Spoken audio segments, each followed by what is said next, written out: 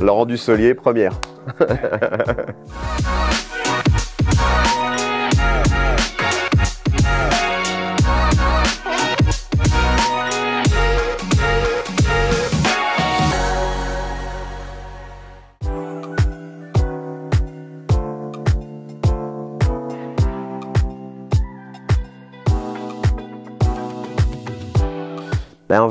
Un vrai choix de vie professionnel et personnel, hein, d'avoir quitté le milieu du conseil et d'arriver dans une belle entreprise où il y avait beaucoup de choses à faire, beaucoup de choses à transformer. Donc après 7 ans, le temps passe très vite.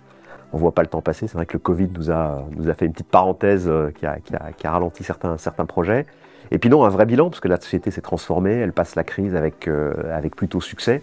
Donc je dirais qu'on a réussi à emmener les équipes et le projet là où on voulait l'emmener, et on est prêt pour la prochaine étape, donc que du positif.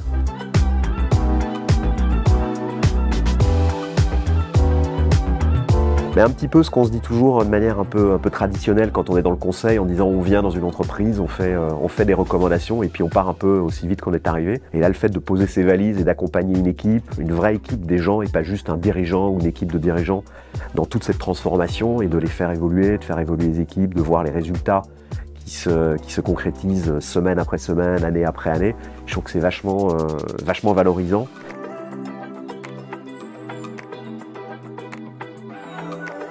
Mais je pense que cette stratégie qui a été initiée il y a quelques années sur la diversification dans les métiers, je pense qu'elle est d'actualité, parce qu'elle nous a permis de mieux passer la crise, en tout cas mieux, je sais pas, mais de bien passer la crise, avec un mix de profils de clientèle, un mix de profils de saisonnalité, de rentabilité qui est toujours positif. Donc cette stratégie, je pense qu'elle est gagnante, et cette volonté de sortir de cette image et de cette connotation purement tourisme, je pense qu'elle est excessivement positive, et on complète cette palette avec maintenant une nouvelle stratégie qui est aussi de devenir, en fait, au-delà de l'acteur multiservice et multiproduit dans l'immobilier géré, plus que dans les vacances, c'est également de fournir pour nous, mais aussi pour compte de tiers, toute une série de services pour les acteurs de l'immobilier géré. Donc on va accélérer cette stratégie.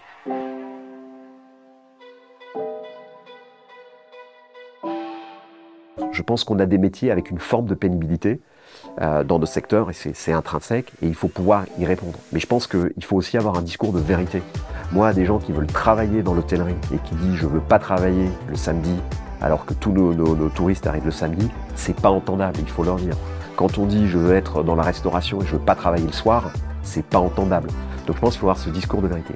Après, on a toute la génération X, Y, Z, je ne sais plus comment on les appelle, qui quelque part veulent du télétravail, veulent plus être dans le social, dans l'entreprise, etc. Une entreprise, c'est par nature une entreprise où on a du contact, une entreprise où il faut parler avec ses collègues, où il faut pouvoir s'engager. Et je pense qu'il faut retrouver de l'engagement.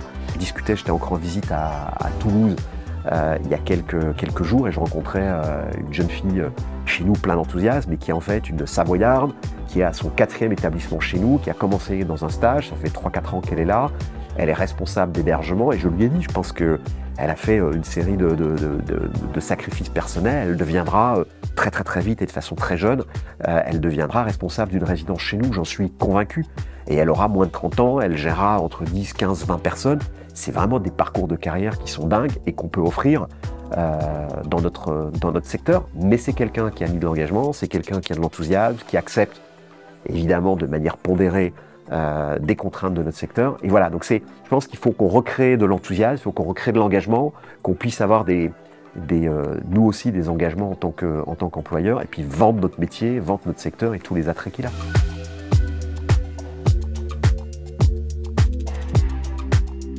On a beaucoup travaillé autour des femmes, qui constituent une majorité de nos salariés chez nous. Il faut qu'on continue à développer ça, à la fois dans des problématiques RSE qu'on a fait depuis des années autour des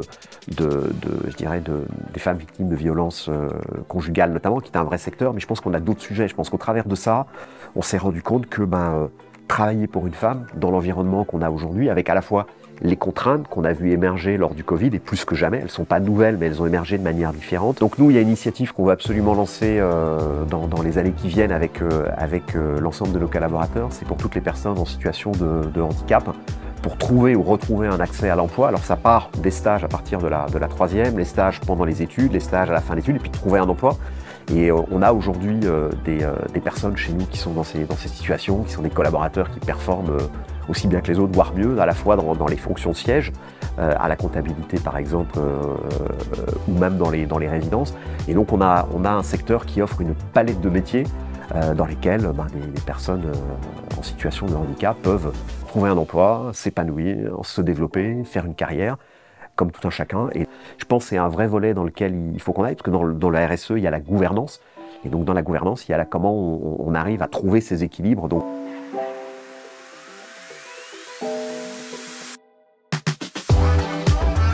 je ferai le parallèle entre deux choses, c'est-à-dire qu'aujourd'hui on est en plein entre les deux tours d'une élection présidentielle qui est importante pour la France, je pense.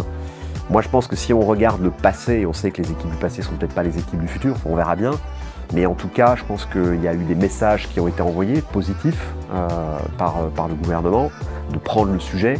Je pense que malheureusement, les leviers qui ont été mis en place et les actions ou les axes de développement sont un peu les traditionnels qu'on a depuis 10 ans, c'est-à-dire comment on fait pour retrouver 100 millions de touristes en France, avec peu de différenciation. Quand on voit aujourd'hui qu'on a regroupé au niveau de la France le tourisme avec les PME, qui sont deux secteurs importants et deux problématiques avec énormément d'enjeux, je pense qu'un seul homme, une seule femme ne peut pas aujourd'hui traiter demain. Donc moi j'ai beaucoup d'espoir demain que le tourisme trouve sa place dans les réflexions du gouvernement, qui est juste pas que de la parole, mais des actions.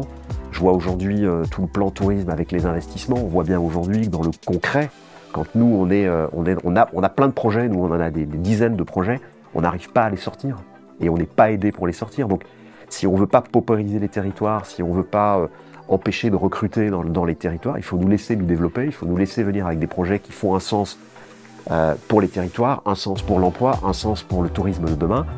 Et aujourd'hui, le gouvernement et les politiques publiques doivent nous aider beaucoup plus que juste des mots et des bonnes intentions.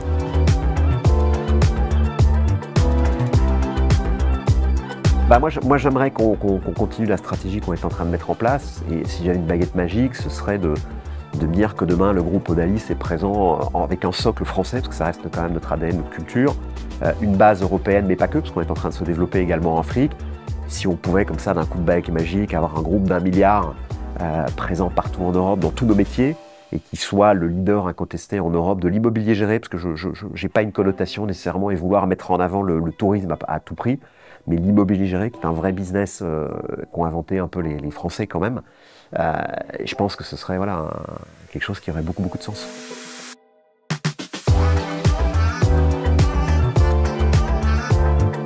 Plus que jamais, je suis en plus, au-delà d'être le dirigeant de la boîte, je suis également actionnaire.